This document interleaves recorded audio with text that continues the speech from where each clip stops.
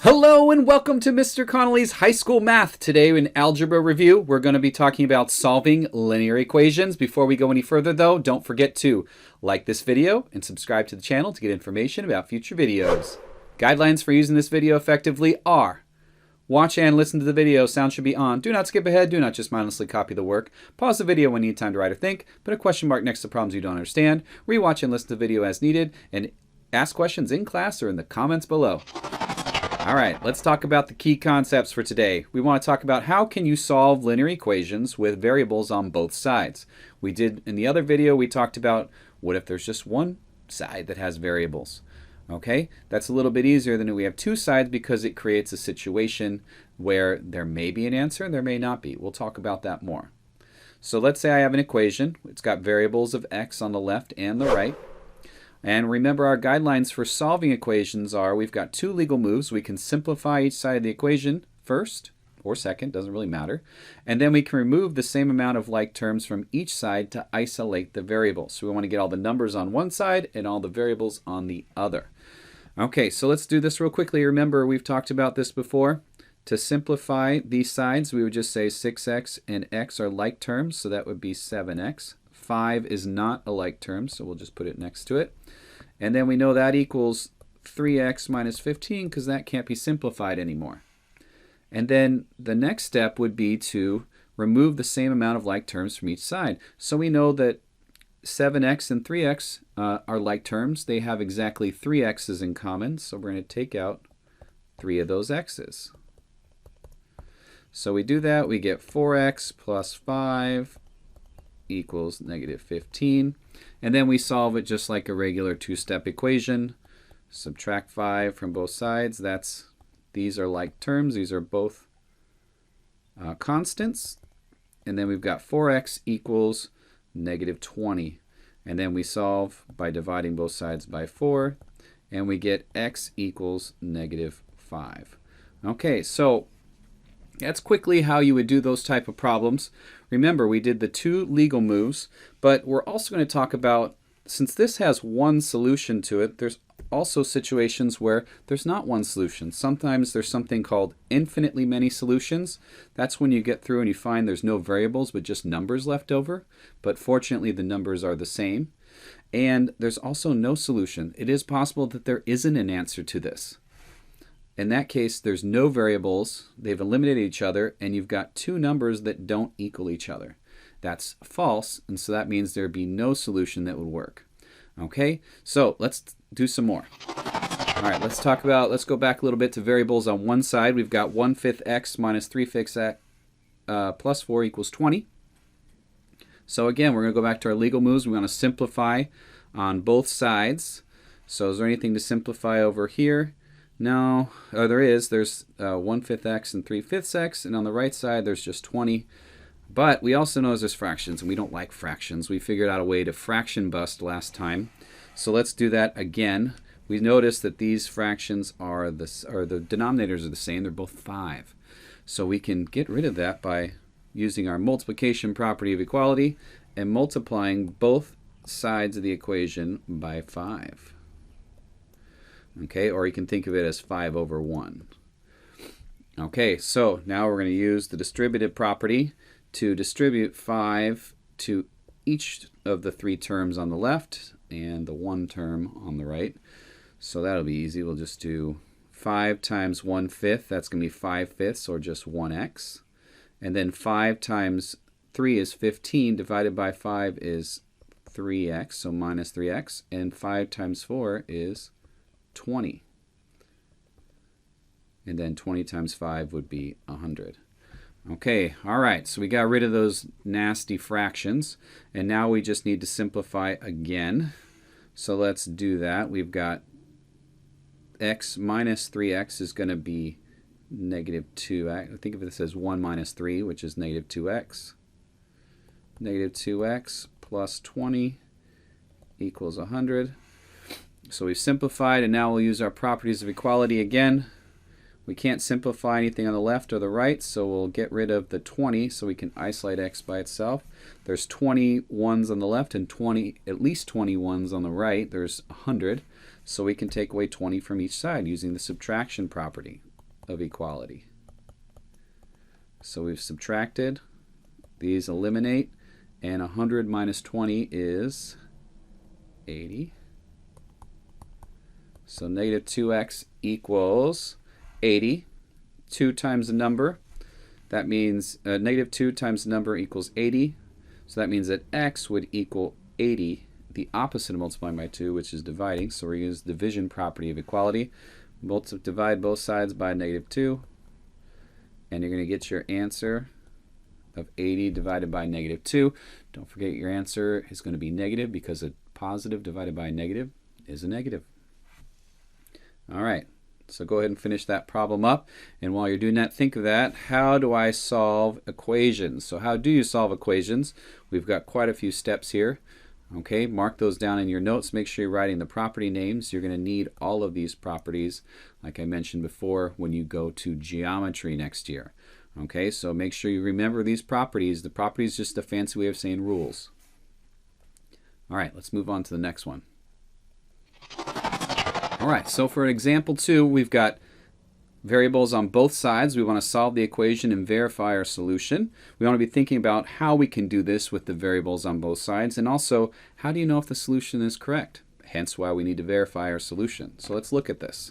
On the left-hand side, I see that we've got 3 groups of 2x minus 1, and on the right-hand side, we've just got 5x minus 2. Those are unlike terms, so we can't combine them in this case. So let's focus our attention to the left side.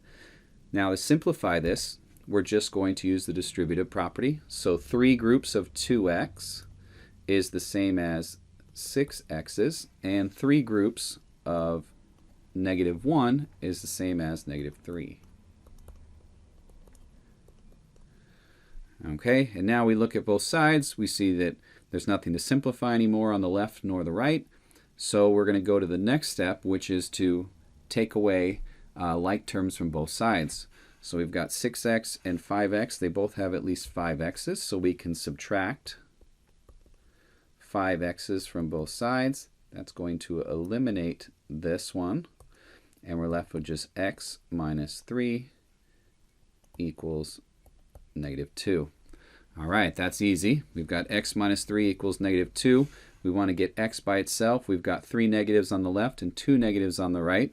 So we can go ahead and use the addition property to cancel those out. So we'll take out 3 from here and 3 from here. Those cancel. We get x equals negative 2 plus 3, which is going to be 1.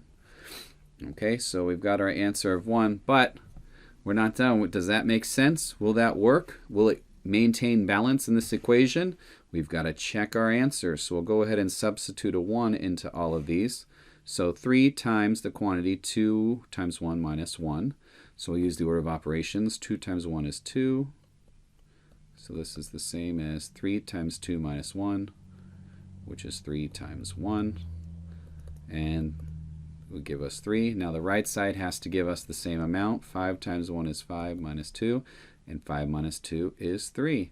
So it looks like that the left side and the right side are equal. Therefore, our answer is x equals 1, because that's the only number that will satisfy both the left and right to make them equal in the end when you substitute. Okay, that's the whole point of an equation. Go ahead and pause to finish that up and write in your notes. All right, let's move on to the last one. Question 3. What about infinitely many or no solution? Those are 2 different answers we've been talking about. We want to solve the equation and check. So we've got 4 times 2x minus 1 equals 8x minus 4. Let's go ahead and distribute. So 4 groups of 2x would be 8x, and 4 groups of negative 1 is negative 4. And what do we know? We've got 2 equal things. Now our next step usually is to subtract from both sides. So we'll go ahead and take away the 8x's from both sides. They both have at least 8x. But we find out that that eliminates both sides, and we get negative 4 equals negative 4. Oh, shoot. We don't have any x anymore. What does x equal? Well, let's think about this. If our whole goal is to take our answer and substitute it back in to see if it works for the variable, then we can still do that. So what number can I put in that will make this true? Well, there's negative 4. Why don't we put negative 4 in? If we were to substitute negative 4 into this equation, you would find that both the left and the right side are equal. Okay, so because of that, whenever you have no variables and you're left with just two numbers that are equal, then that's true. So your solution is called infinitely many solutions. That means any number I substitute into x into this equation is going to make it true. And that might make sense to you if you go back to the second step. 8x minus 4 equals 8x minus 4. Is that always true? Yes. No matter what number you use on the left or right, as long as it's the same number for both sides, you're going to get a true answer. Okay, so now let's look at the other situation when there's no solution. I've already given it away, sorry. 5 minus 6x equals negative x plus 4. We look on both sides, we see that they have variables on both, so we're going to use the addition property. We'll add 6x to both sides. And lo and behold, as you probably predicted, they cancel each other out. So I'm left with 5 equals 4. Okay, now you got to think, is this true? Does 5 equal 4? No, that doesn't make sense. That's not the case. Okay, since it's false, your answer is going to be no solution. There's no number I can put in here to make the left side and the right side equal. If I put a 4 on the left and a 4 on the right, I'm going to get two different numbers again, just like I did right here. Okay, so if you eliminate the variables, it either gives you infinitely many solutions or no solutions. Go ahead and take some time to write that in. Make sure it's in your notes. All right, let's move on. So let's review our key concepts. We want to be able to solve with variables on both sides. We had equations, and this gives us one answer. For this example, we use our legal moves. We want to simplify each side first, and then we want to remove anything that is alike on both sides so that we can get it eliminated and isolate the variable. And lastly, there's three types of solutions. There's one solution, infinitely many solutions, or no solutions. Okay, so go ahead and review the video to remember what those things are. Put it into your notes. Take good notes. And keep working hard. I appreciate all the hard work that you're doing, the good questions you're asking in class. And if you need anything, please let me know. I'm here to help. Right now, I just want to tell you this. Excellent work on completing this tutorial. If you like this video, be sure to give it a big thumbs up and subscribe to Mr. Connally's Math and Mr. Connally's High School Math channel to get updates on future videos. Thanks for watching.